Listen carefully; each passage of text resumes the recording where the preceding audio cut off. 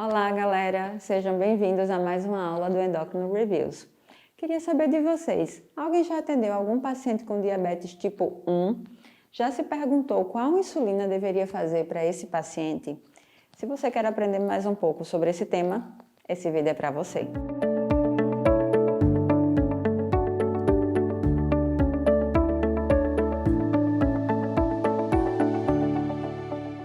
Desde muitos anos antes de Cristo, na época dos papiros egípcios, já havia descrição do termo diabetes mellitus.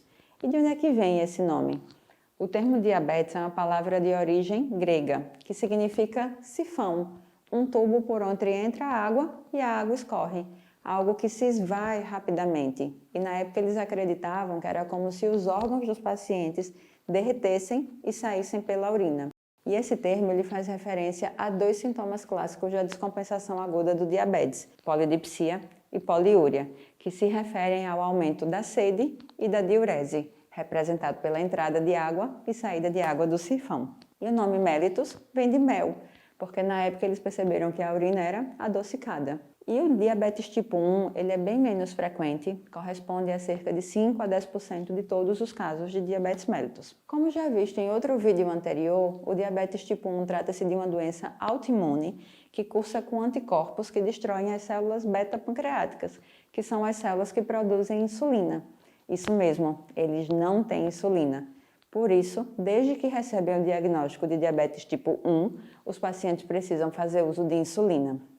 Mas e aí, Aline, quando não havia insulina, o que é que esse povo fazia? Antes da insulina, foram feitas várias tentativas de tratar o diabetes. Vocês acreditam, inclusive, que num primeiro momento foi feita uma dieta rica em carboidrato para repor a perda que eles tinham pela urina, já que a urina era doce? Então, acreditava-se que comendo mais carboidrato a gente conseguiria repor aquelas perdas. Mas, como é de se imaginar, não deu certo. Então, resolveram tentar o contrário. Tira os carboidratos. Era a famosa dieta de inanição de Allen. A pessoa tinha uma dieta muito restrita, com quase nada de carboidrato, chegando a fazer um jejum de mais de 30 horas uma vez por semana. E isso fazia com que prolongasse a sobrevida da pessoa com diabetes tipo 1 em alguns meses. No entanto, ter diabetes mellitus na época era quase uma sentença de morte. Ou morria de fome, ou morria de cetoacidose diabética. E aí, em 1921, após inúmeros anos de estudos, pesquisas, testes, foi feito o primeiro uso da insulina lá no Canadá, pelo cirurgião Frederick Banting, o seu auxiliar, o estudante de medicina Charles Best, e a ajuda de outros dois cientistas, McLaughlin e o bioquímico Collip. Ao fazer uso da insulina, na época que era de origem animal, eles aplicaram o extrato pancreático em diversas crianças que tinham diagnóstico de diabetes mellitus, que se encontravam sonolentas, comatosas, dispostas em maca no Hospital Infantil de Toronto, e saíram aplicando de uma por uma, até que logo as crianças começaram a acordar, ter fome, recuperar vigor. E a primeira criança foi Leonard Thompson, aqui com aspecto catabólico pela falta de insulina antes de fazer uso da substância, e aqui, alguns meses após seu uso, com recuperação do peso. Então, eles tiveram dimensão da coisa maravilhosa que tinham descoberto. E o que foi que eles fizeram?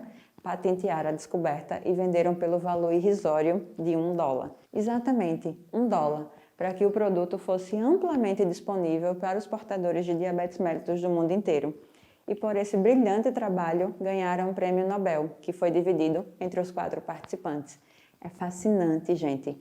E graças à descoberta da insulina, a medicina foi evoluindo posteriormente para a insulina humana, depois para os análogos de insulina, que apresentam perfis de ação mais longos e mais rápidos, para tornar a aplicação da insulina o mais próximo do comportamento da insulina no corpo da gente. E hoje, o que é que nós temos disponível de insulina? Nesse vídeo, nós vamos nos deter as insulinas de aplicação subcutânea. Das insulinas humanas, nós temos a NPH e a regular. A insulina NPH é uma insulina de ação intermediária, com duração de aproximadamente 12 a 16 horas. Já a insulina regular é uma insulina de ação rápida, podendo durar de 5 a 8 horas. Dos análogos de insulina, que são obtidos a partir da troca de posição do aminoácido ou do próprio aminoácido por outro, existem as insulinas de longa ação, que são DTMI, com duração de 18 a 23 horas, Glagina, nas apresentações o 100, com duração de até 24 horas, e o 300, com duração de até 36 horas. E os termos o 100 e o 300 fazem referência à concentração da insulina. E de ação ultralonga tem a degludeca, com duração de até 42 horas. Já os análogos de ação ultra rápida, disponíveis até o momento, são lispro, glulizina, asparte e asparte acrescida de nicotinamida, que é a vitamina B3, com duração de 3 até 5 horas. Tá achando pouco? Como o paciente com diabetes tipo 1 não tem insulina, ele participa diretamente do tratamento. Escolhe o que vai comer, faz a contagem dos carboidratos, calcula a dose necessária para aquele momento. Claro, lembrando sempre de monitorizar a glicose, comparecer às consultas com seu médico, reavaliar a adequação do tratamento e fazer o rastreio das complicações relacionadas ao diabetes. Esse ano comemoramos o centenário da descoberta da insulina. Isso mesmo, 100 anos que podemos ofertar vida aos pacientes com diabetes que precisam de insulina. Se você gostou desse conteúdo, não esquece de deixar o seu like, curtir o vídeo e se inscrever no canal. Até nossa próxima aula!